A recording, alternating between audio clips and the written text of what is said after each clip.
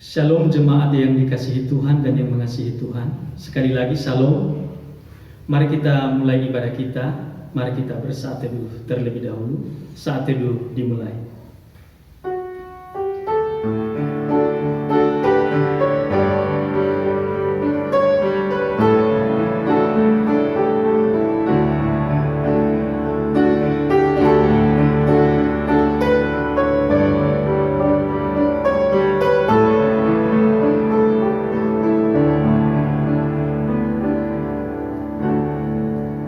Saat teduh selesai, mari kita memuji Tuhan dari Hymnos 5. Kita nyanyikan bait pertama dan kedua.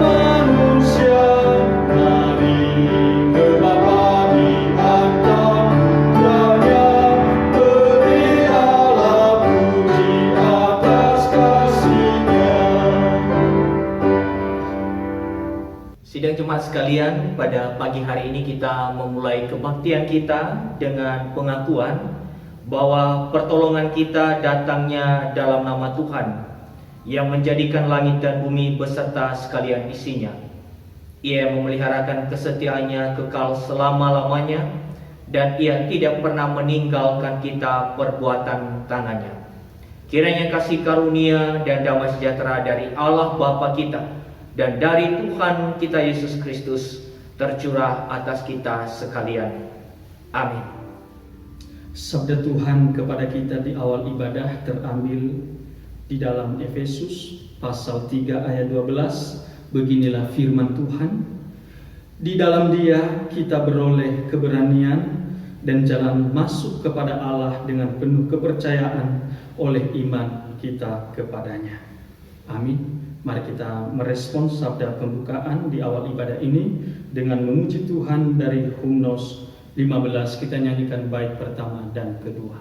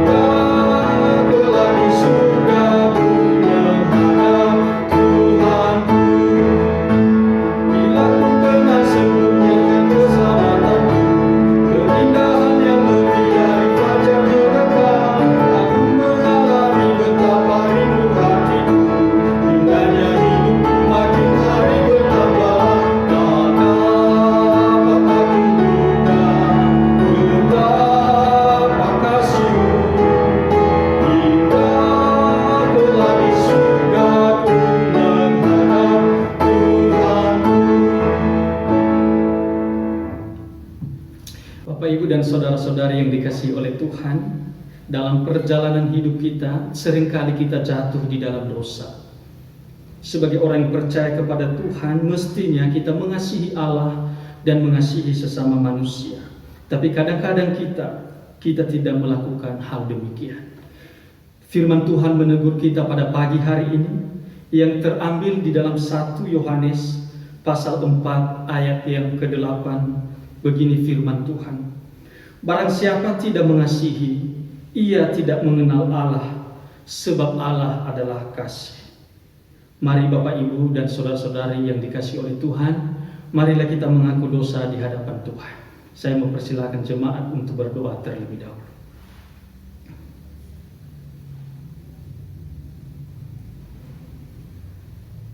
Bapa di surga, Allah kami yang hidup, Allah yang telah menyelamatkan kami, Allah yang telah memberikan kami kasih karunia, memberikan kami iman, sehingga kami dapat dibenarkan oleh karena kasih-Mu yang begitu besar di dalam hidup kami.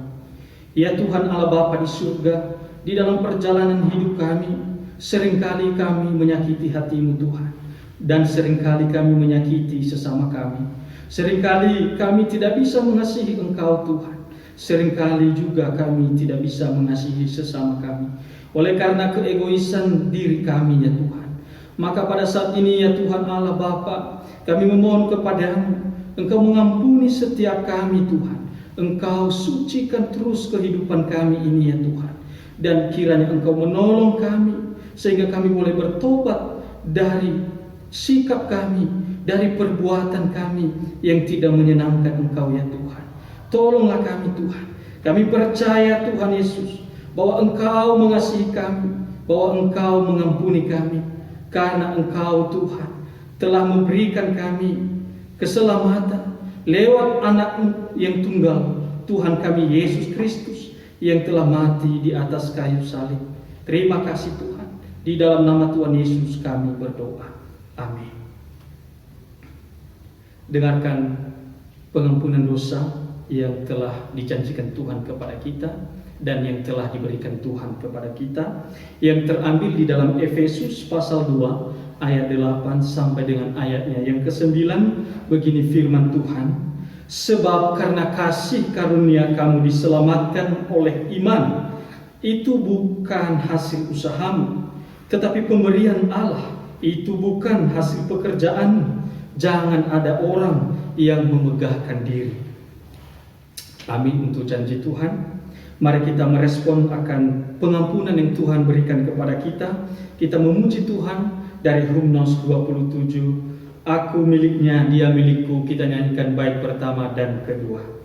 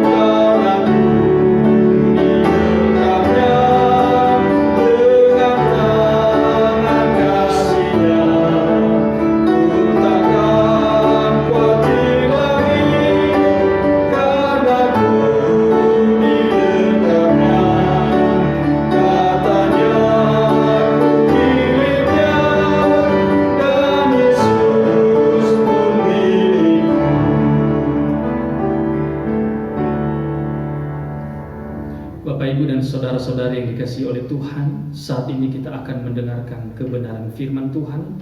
Namun mari kita berdoa terlebih dahulu, menyiapkan hati dan pemikiran kita. Mari kita berdoa. Bapa di surga, terima kasih. Kami mengucap syukur untuk segala kebaikan-Mu di dalam hidup kami. Kami bersyukur karena hari ini kami boleh beribadah kepada-Mu ya Tuhan. Kami sudah memuji-muji Engkau lewat pujian kami. Dan saat ini kami mau mendengarkan kebenaran firman-Mu.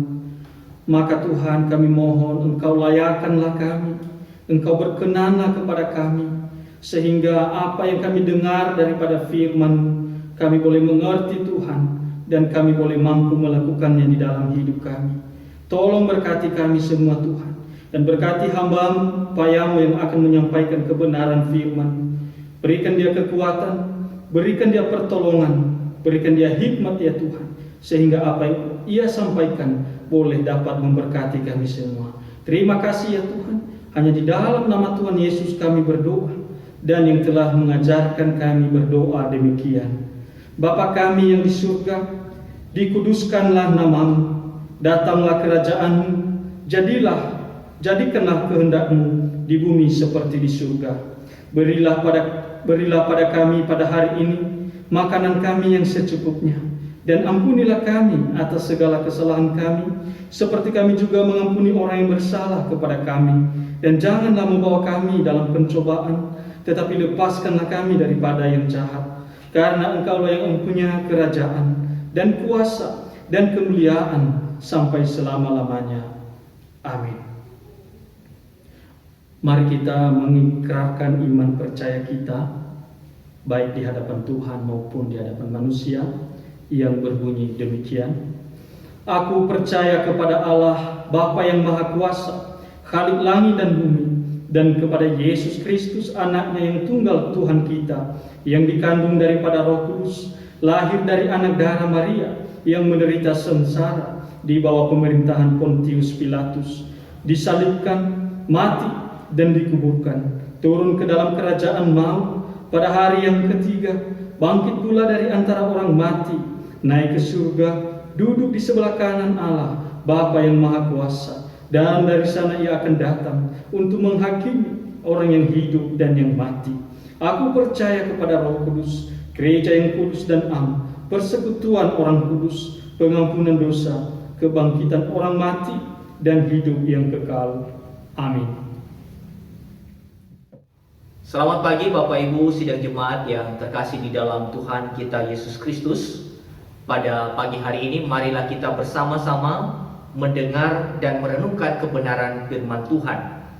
Adapun ayat firman Tuhan yang menjadi bahan khutbah pada hari ini terambil dari surat 1 Yohanes pasal 5 ayat 1 sampai ayat yang kelima. Saya akan bacakan buat kita sekalian. Beginilah firman Tuhan.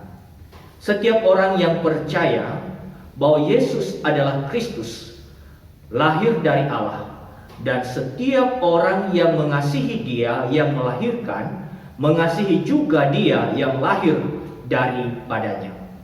Inilah tandanya bahwa kita mengasihi anak-anak Allah, yaitu apabila kita mengasihi Allah serta melakukan perintah-perintahnya.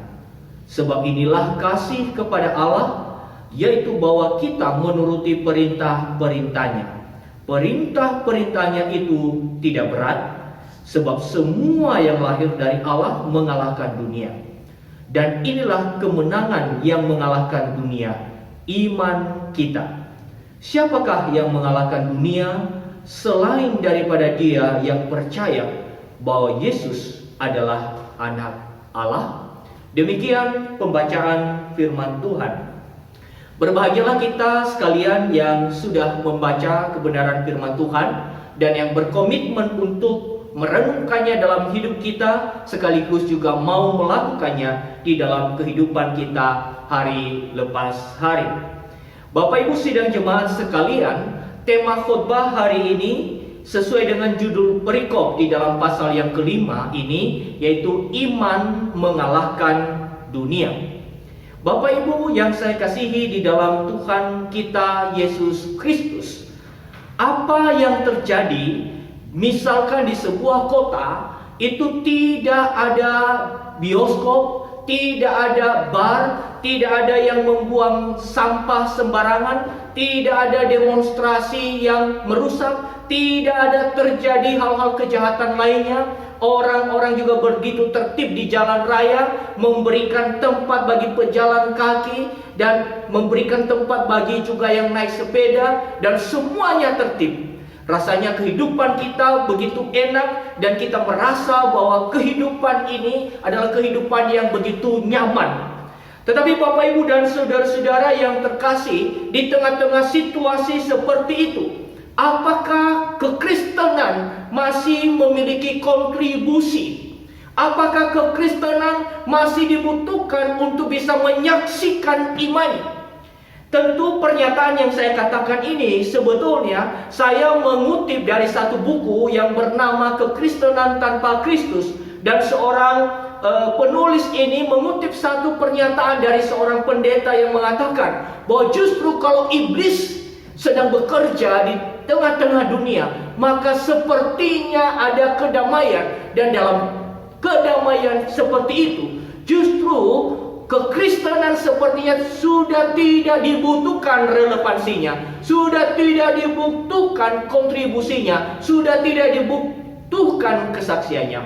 Tetapi panggilan kita seperti yang dikatakan di dalam pasal 5 ayat yang keempat di sini, bahwa kita itu adalah dipanggil oleh Tuhan untuk mengalahkan dunia. Dan bagaimana kita bisa mengalahkan dunia, itu disebut sebagai itulah iman kita. Dan di dalam kita mempelajari iman yang mengalahkan dunia, tentu kita harus betul-betul paham apa sebetulnya faktor utama yang bisa membuat Yohanes dengan berani mengatakan bahwa iman kitalah iman yang mengalahkan dunia.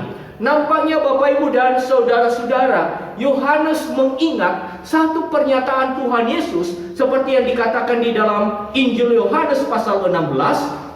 Saya akan bacakan Yohanes pasal 16 ayat yang ke-33. Semuanya itu kukatakan kepadamu, supaya kamu beroleh damai sejahtera dalam aku. Dalam dunia kamu menderita penganiayaan, tetapi kuatkanlah hatimu. Aku, kata Yesus, telah mengalahkan dunia.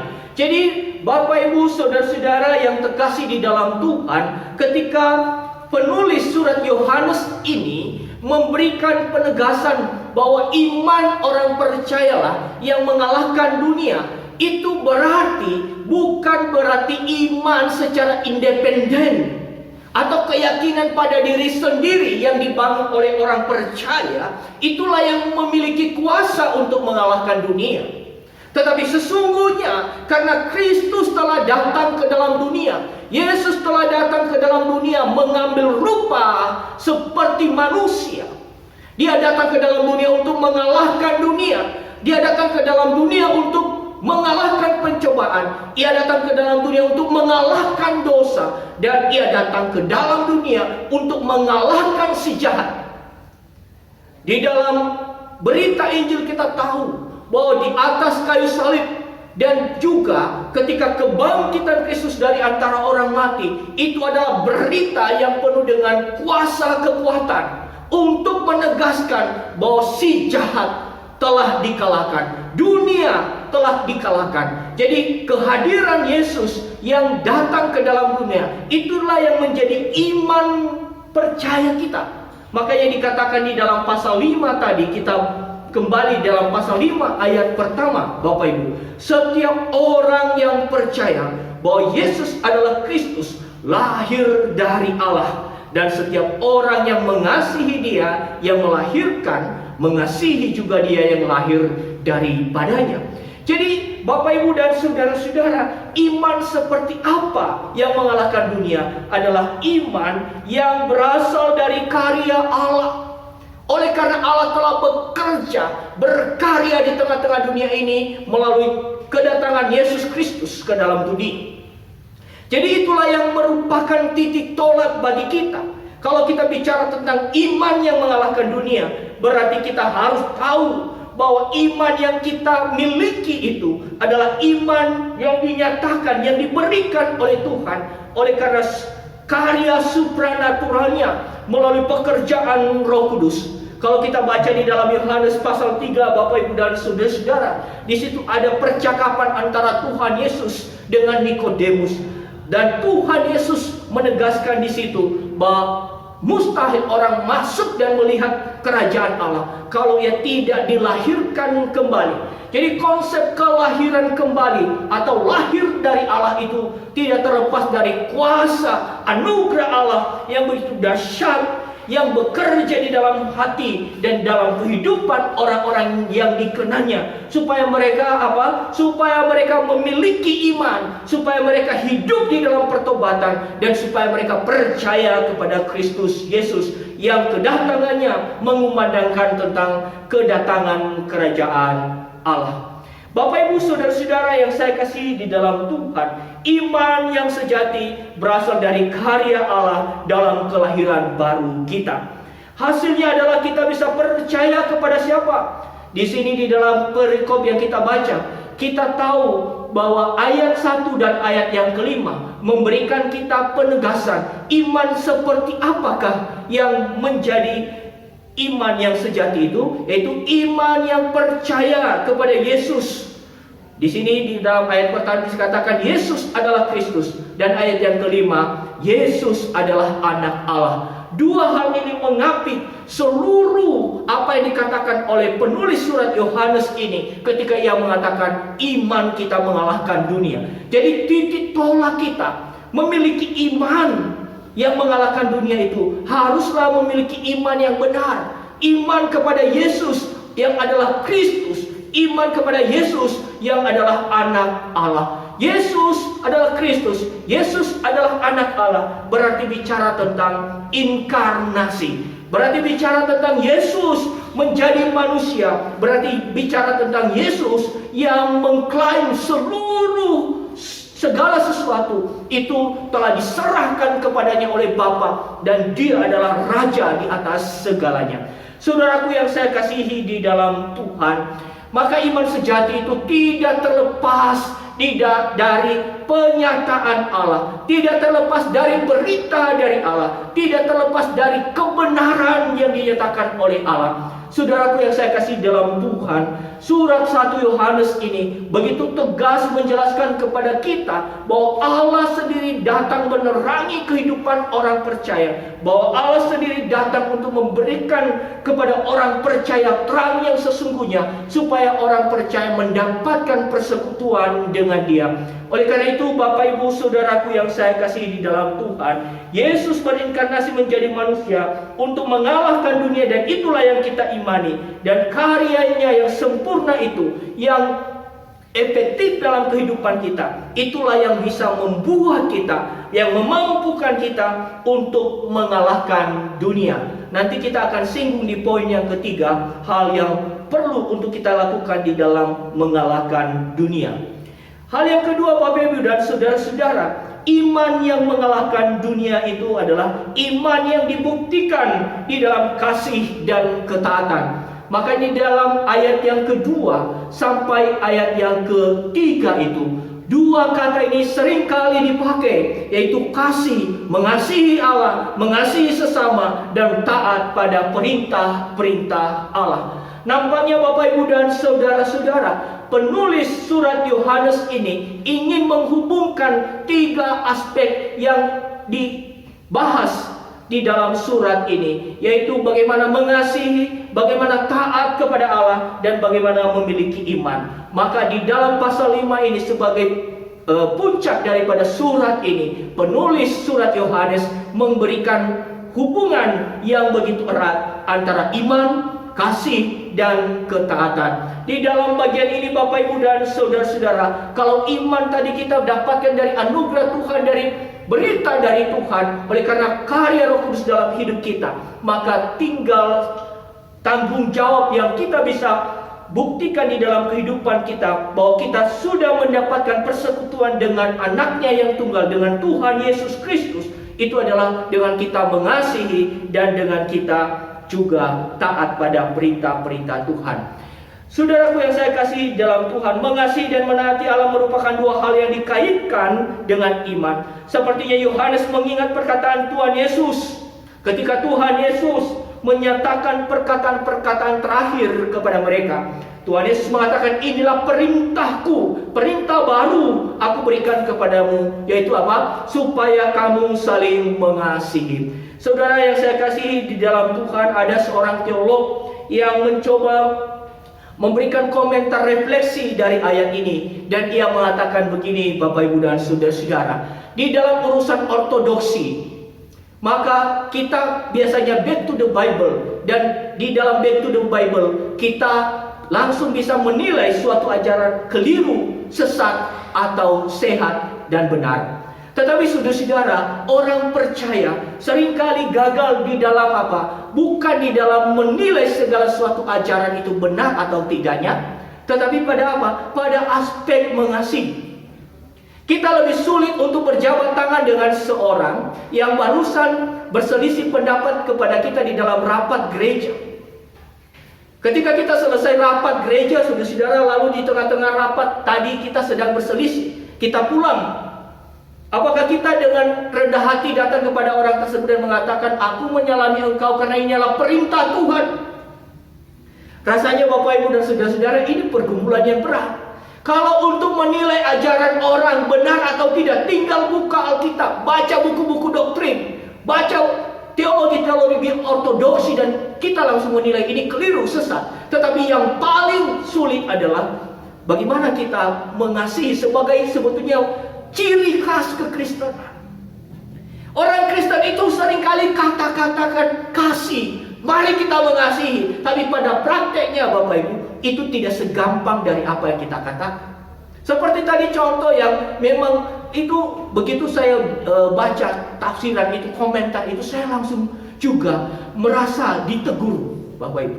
Karena apa? Karena begitu kita misalkan adu argumen dalam gereja, mempertentangkan akan hal-hal yang menjadi masalah dalam gereja, tentu waktu kita berdebat itu sudah hatinya panas gitu ya, mukanya panas gitu ya, dan seakan-akan kita puas kalau argumentasi kita itu mampu mengalahkan argumentasi lawan. Saudara-saudara, dalam kondisi seperti itu sudah selesai buyar. Biasanya ruang rapat gereja itu kan ditutup dengan doa. Ya, sudah doa gitu ya. Rasanya sudah adem ayem. Mampu nggak kita dengan kerendahan hati mau menyalami orang yang berbeda pendapat dengan kita? Itu tidak gampang. Begitu pula juga dalam aspek-aspek lainnya di dalam keluarga Kristen kita. Itu kadang juga kita itu rasanya mendiamkan masalah, sebetulnya tidak menyelesaikan dengan penuh kasih. Yang jadi masalah begitu, kita secara literal menilai perbuatan orang lain salah, bisa menyatakan dia salah, keliru. Tetapi kegagalan kita adalah, atau kelemahan yang sering kali kita hadapi, ya, ini adalah pergumulan kita, adalah kita tidak mampu menyelesaikan dengan penuh kasih. Kita mendiamkannya sampai kita akhirnya lupa. Padahal kita dipanggil untuk apa? Untuk mengasihi. Inilah tandanya bahwa kita mengasihi anak-anak Allah, yaitu apabila kita mengasihi Allah serta melakukan perintah-perintahnya. Jadi mengasihi di sini itu bukan hanya sekedar suka atau tidak, tetapi itu bagian yang tidak terpisahkan dengan perintah Allah. Karena itu adalah perintah baru Tuhan kita Yesus Kristus yang diberikan kepada kita untuk kita bisa mengasihi. Apalagi Tuhan Yesus menyatakan kepada kita bahwa dengan demikian dunia akan tahu bahwa kamu adalah murid-muridku kalau kamu saling mengasihi. Nampaknya ini adalah nilai yang sangat tinggi, budaya tandingan yang harus ditampilkan oleh orang Kristen dimanapun mereka berada. Dan bahkan saudara-saudara, di dalam kasih kekristenan yang terjadi di tengah-tengah komunitas Kristen, seharusnya itu juga bisa terpancar keluar dan bisa dilihat oleh banyak orang.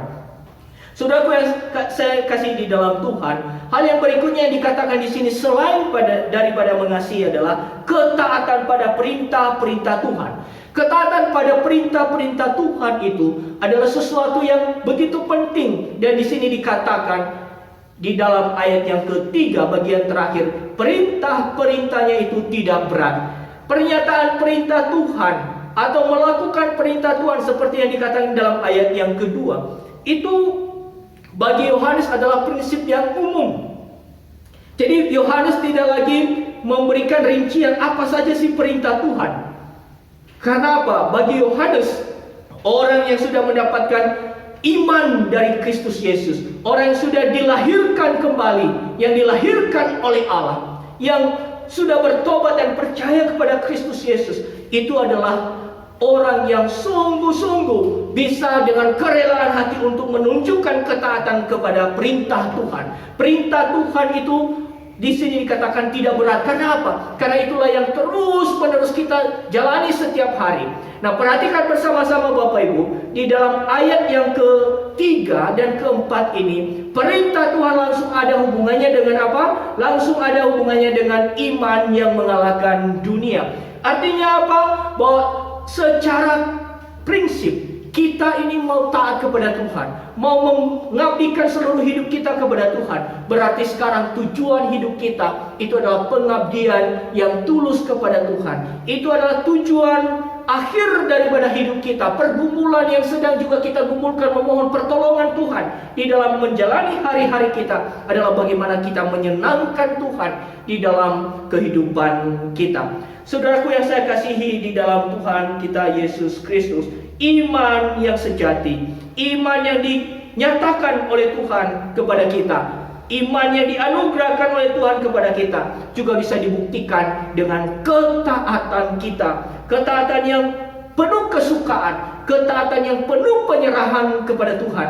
Karena kita adalah orang-orang yang sudah dibaharui di dalam kehidupan kita, ditransformasi oleh kuasa daripada Roh Kudus. Itu poin yang kedua. Sekarang kita masuk pada puncak khotbah hari ini, yaitu iman yang mengalahkan dunia adalah iman yang hidup. Iman yang hidup adalah iman yang berjalan bersama dengan Kristus, melihat dunia dari sudut pandang apa? Dari sudut pandang Kristus. Melihat dunia dan menilai dunia dari sudut pandang berita Injil. Dan itulah yang membuat kita akhirnya mengambil posisi kontras dengan dunia. Makanya di dalam surat Yohanes juga, penulis surat Yohanes menyatakan kepada kita bahwa kita jangan mencintai dunia ini, karena cinta akan dunia itu adalah permusuhan bagi Allah. Oleh karena itu Bapak Ibu dan saudara-saudara, di dalam ayat 4 dikatakan sebab semua yang lahir dari Allah mengalahkan dunia. Artinya bahwa kita sebagai orang percaya, kita jangan memberikan hidup kita itu dipengaruhi oleh dunia. Jangan memberikan nilai-nilai hidup kita itu dipengaruhi oleh dunia. Dan bahkan jangan sampai kita bungkam di tengah-tengah dunia yang mungkin sunyi senyap, sepertinya tidak ada sesuatu yang bisa dibetulkan. Bapak Ibu dan saudara-saudara, kekristenan harus tetap tampil sebagai orang yang memang berasal dari Allah, yang menilai semua nilai-nilai dunia itu dari sudut pandang Kristus. Kristus telah mengalahkan dunia, Kristus telah mengalahkan dosa, Kristus telah mengalahkan pencobaan. Maka orang yang percaya, orang yang beriman dengan penuh ketergantungan kepada Kristus, dengan memandang kepada Kristus, itu juga siap sedia menang atas pencobaan. Karena apa? Kristus telah mengalahkan pencobaan, siap sedia berperang terhadap dosa, tidak membiarkan dirinya dikuasai oleh dosa. Karena apa? Kristus sudah mengalahkan dosa. Sangat mau tidak menguasai orang percaya. Maka adalah kebodohan kalau orang percaya terus terikat di dalam dosa dan merasa bahwa aku tidak berdaya, padahal dia memiliki iman yang sejati di dalam Kristus Yesus. Saudaraku yang saya kasih di dalam Tuhan, Kristus Yesus sudah mengatakan, aku telah mengalahkan dunia. Maka sekarang iman kita di dalam Kristus Yesus juga haruslah mengalahkan dunia. Saudara yang saya kasih di dalam Tuhan, di tengah-tengah dunia yang kacau ini, seringkali juga kejahatan mengecoh kita, membuat kita menjadi pribadi yang merasa bahwa tidak ada suatu kontribusi kita di dalam dunia ini. saudara-saudara yang saya kasih dalam Tuhan, selama kita hidup, kita harus memiliki ketegasan, konsistensi di dalam hidup kita untuk tidak serupa dengan dunia, untuk tidak mengadopsi nilai-nilai dunia, untuk tidak membuat kekristenan menjadi tertawan oleh karena nilai-nilai dunia.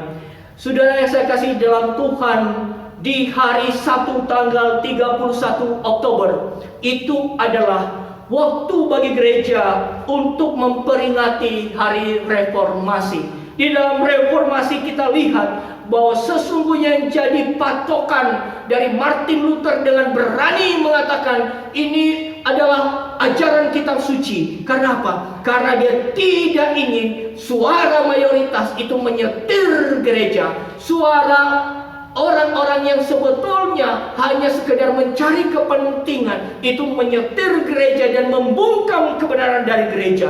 Martin Luther mengatakan bahwa hatiku sudah ditawan oleh firman Tuhan. Di sini aku berdiri dan aku tidak pernah mencabut apa yang sudah aku tuliskan di dalam tesis-tesis yang ia sudah tempelkan di pintu gereja di Wittenberg. Saudaraku yang saya kasih dalam Tuhan, ini juga yang saya katakan tadi sebagai bukti bahwa kita memiliki iman. Maka iman kita yang mengalahkan dunia adalah iman yang sungguh-sungguh betul-betul berdiri teguh di atas kebenaran firman Tuhan. Saudaraku yang saya kasih dalam Tuhan, apakah kekristenan kita sudah tertawan oleh nilai dunia saat ini?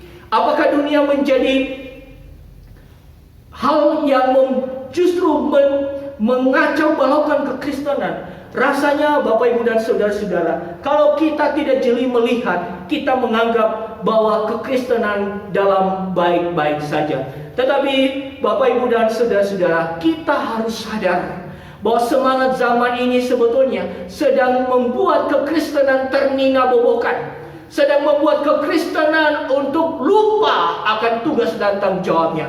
Buktinya apa Bapak Ibu dan Saudara-saudara? Perlahan-lahan justru budaya dunia masuk ke dalam gereja, menguasai gereja. Dan seakan-akan saudara-saudara, berita-berita dari mimbar, berita-berita khotbah sepertinya tidak laku kalau tidak mengadopsi cara-cara dunia.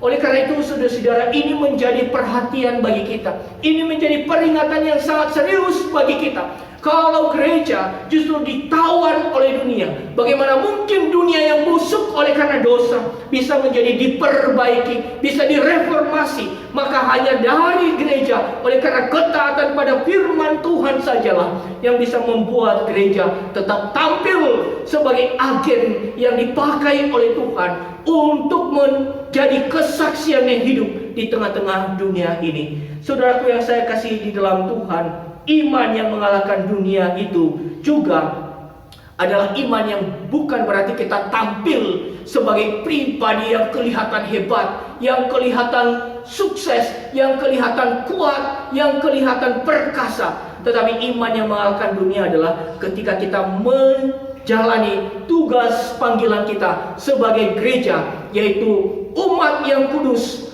kepunyaan Allah, imamat yang rajani. Marilah kita bersama-sama Bapak Ibu dan Saudara-saudara menunjukkan dalam hidup kita, dalam keseharian kita, di tengah-tengah komunitas di mana kita ada, untuk menunjukkan iman yang sejati, iman yang dianugerahkan oleh Tuhan kepada kita. Karena iman yang sejati tidak pernah bisa dimanipulasi oleh apapun. Iman yang sejati adalah iman yang melihat segala sesuatu dari sudut pandang salib Kristus, dari sudut pandang Injil, melihat dunia dan ingin tampil sebagai saksi di tengah-tengah dunia. Tidak sebaliknya Bapak Ibu, tidak sebaliknya dalam arti bahwa orang Kristen menjadi orang yang justru mengadopsi nilai-nilai dunia. Tapi kita adalah orang-orang yang tampil di tengah-tengah dunia untuk menyatakan kebenaran Allah. Kiranya Bapak Ibu dan Saudara-saudara, di dalam kita memperingati hari reformasi ini, kita ingat bahwa semboyan reformasi itu juga harus digemakan kembali.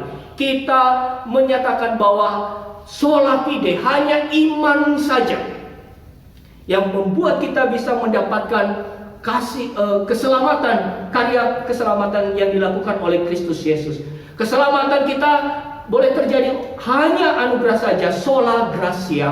Dan hanya Kristus saja yang adalah pusat hidup kita, penyelamat, juru selamat kita, yang membawa kita mengalami pemulihan dengan Allah. Dan hanya Alkitab saja juga yang menjadi standar kebenaran kita, yang tetap menjadi patokan kita, di mana kita juga berdiri secara doktrinal dan secara juga sikap hidup. Dan tujuan hidup kita adalah kemuliaan Allah, soli Deo Gloria. Marilah kita bersama-sama bersyukur kepada Tuhan. 503 tahun reformasi ini sudah ada, dan marilah kita terus juga mengevaluasi gereja kita, kehidupan kita secara pribadi, sehingga juga kita tetap bisa melakukan yang berkenan kepada Tuhan. Selamat Hari Reformasi yang ke-503 tahun. Tuhan Yesus memberkati kita sekalian. Amin. Mari kita berdoa, Bapak Ibu. Tuhan Yesus, terima kasih Engkau sudah berfirman kepada kami. Dengan Engkau mengajarkan bahwa kami adalah orang-orang yang mendapatkan kasih karunia dari Engkau, dan Engkau memberikan kami iman yang sejati. Kami beriman kepada Yesus yang adalah Kristus, yang adalah anak Allah, yang datang ke dalam dunia untuk menyelamatkan kami dan untuk mengalahkan dunia. Dan oleh karena kami adalah murid-murid Kristus yang sudah mendapatkan iman yang sejati, maka kami mengikuti teladan Yesus, sehingga iman kami juga adalah iman yang mengalahkan dunia. Tuhan, tolonglah kami supaya juga iman ini dapat diwujudkan di dalam kasih kami kepada Engkau dan kepada sesama kami, serta juga di dalam ketaatan kami yang tulus kepada Tuhan. Tuhan, tolonglah kami supaya di dalam kami menjalani hari-hari kami sungguh-sungguh hidup berkenan kepada Tuhan. Terpujilah Engkau ya Tuhan. Di dalam nama Tuhan Yesus kami sudah berdoa. Amin. Puji Tuhan, kita bersyukur untuk kebenaran firman Tuhan yang telah disampaikan kepada kita. Mari kita meresponnya dengan memuji Tuhan. Dari Hymnos 314 kita nyanyikan bait 1 dan 2.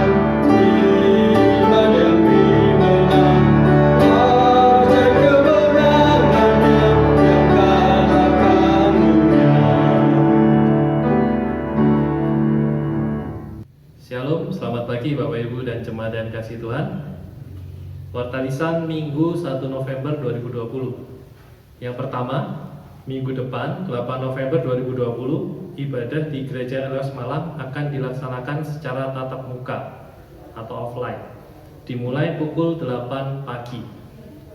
Mengingat adanya pembatasan jumlah kuota kehadiran, maka jadwal kelompok nama jemaat yang akan mengikuti ibadah setiap minggu akan diinformasikan oleh kantor Gema melalui WhatsApp pribadi ke jemaat masing-masing. Jemaat yang dapat hadir diharapkan bisa hadir mulai pukul 7.30 untuk mengikuti protokol kesehatan dan wajib memakai masker. Jemaat yang merasa kurang sehat, batuk, pilek atau demam, mohon tetap ibadah di rumah saja.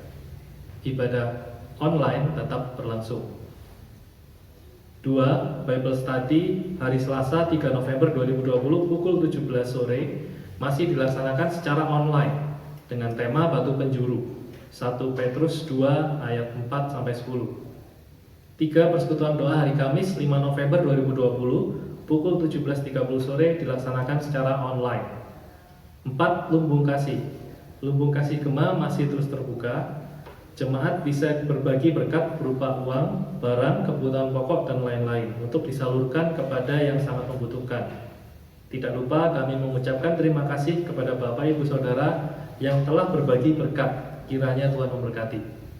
Yang terakhir, jemaat yang ingin menyampaikan persembahan atau perpuluhan dan juga persembahan misi dapat transfer melalui rekening gereja dengan nomor rekening BCA 0111969654 atas nama Ibu Juniarti W atau Ibu Werti HK, atau dimasukkan dalam amplop dan bisa diserahkan saat ke gereja. Sekian Warta Lisan, terima kasih atas perhatiannya. Tuhan Yesus berkati. Selamat pagi Bapak Ibu jemaat yang dikasihi Tuhan. Ya, kita tetap bersyukur kepada Tuhan karena besar anugerah Tuhan kepada kita sampai hari ini. Dan sebagai pengumuman dari Gembala, seperti apa yang disampaikan tadi oleh majelis Pak Antoni, bahwa kita berencana di minggu depan kita akan melaksanakan ibadah tatap muka. Namun ini karena perdana Bapak Ibu dan Saudara, tentu kita masih dalam proses uji coba, sehingga yang hadir di dalam ibadah tatap muka minggu depan kita batasi, yaitu 20 orang saja. Dan ini nanti kita akan gantian setiap minggu kita melaksanakannya. Jadi minggu ini yang hadir 20 orang, kemudian minggu depan kita akan ganti lagi dengan orang lain, sehingga dalam 1 bulan semua kita harapkan jemaat bisa hadir di dalam ibadah. Namun Bapak Ibu dan Saudara, bagi jemaat yang tidak hadir dalam ibadah tatap muka, tetap ada pelayanan untuk ibadah secara online. Ya, bisa dilihat nanti melalui YouTube yang akan di-sharekan juga. Di dalam pelaksanaan ibadah secara tatap muka Bapak Ibu dan Saudara, tadi sudah disampaikan, maka protokol kesehatan tetap kita laksanakan, baik itu jaga jarak, kemudian batasan usia kami tetap tegaskan bahwa seperti himbauan dari pemerintah bahwa batasan usia yang boleh hadir yaitu 60 ke bawah, dan juga anak-anak sekolah minggu untuk sementara masih ibadah secara online. Jadi anak-anak sekolah minggu masih belum diizinkan untuk bisa ibadah bersama. Dan juga Bapak Ibu yang akan mengikuti ibadah tatap muka nanti wajib menggunakan masker, kemudian cuci tangan, dan juga hal-hal yang berkaitan dengan protokol kesehatan tetap dilakukan dan diikuti. Jadi itu saja penegasan yang kami sampaikan Bapak Ibu dan Saudara. Jadi nanti untuk Bapak Ibu yang akan diundang untuk bisa ibadah minggu depan akan dijapri. Terima kasih, Tuhan memberkati. Mari kita berdoa syafaat.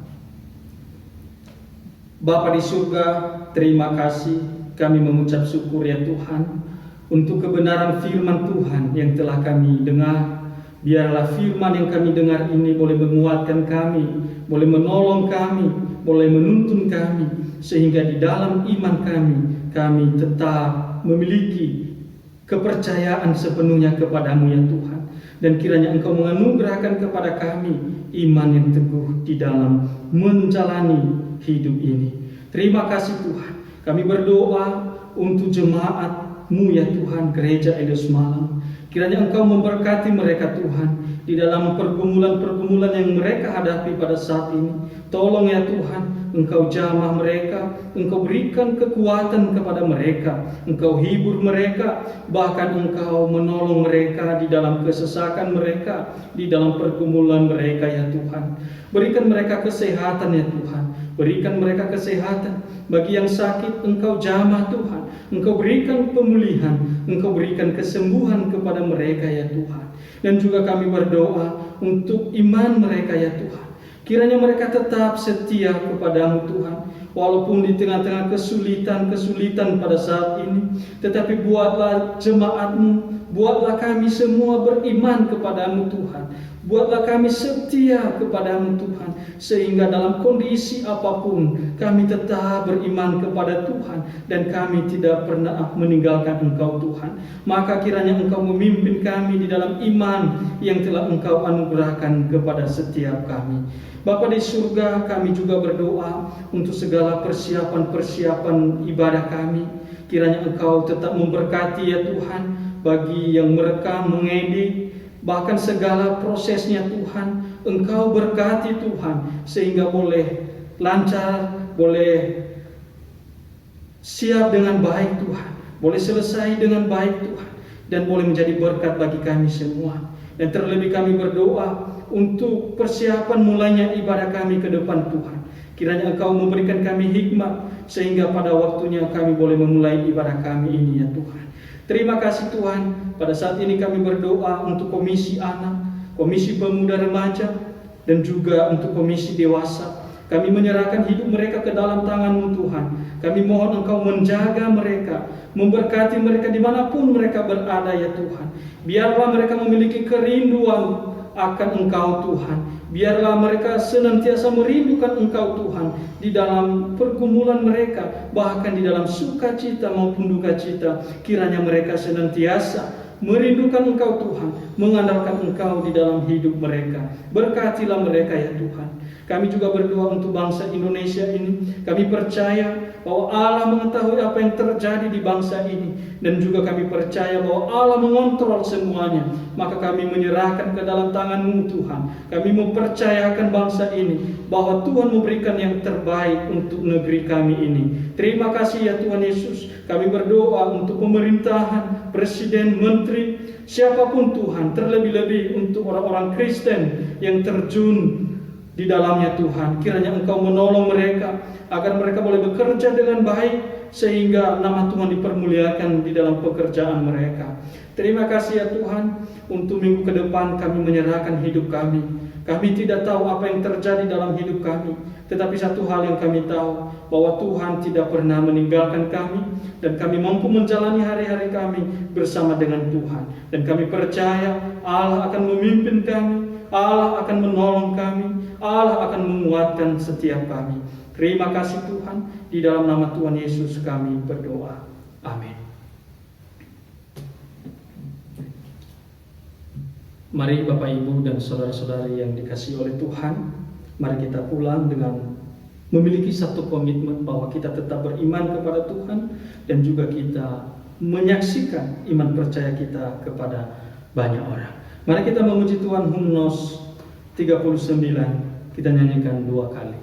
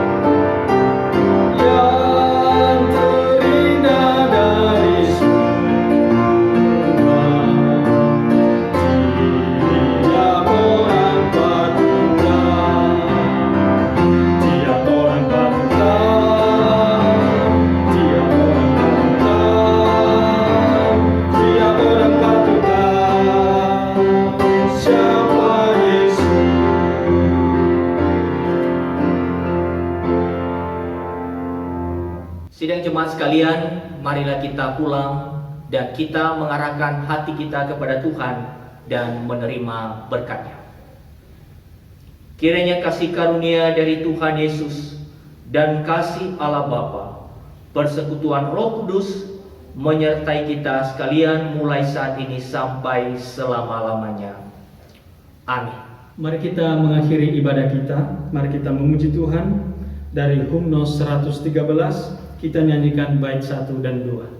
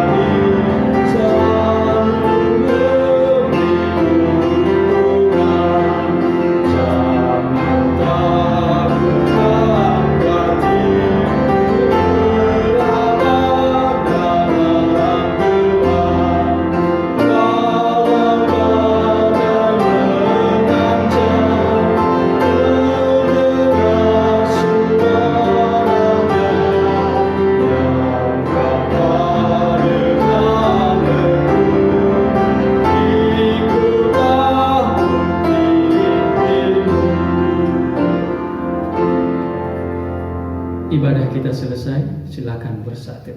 Tuhan Yesus memberkati.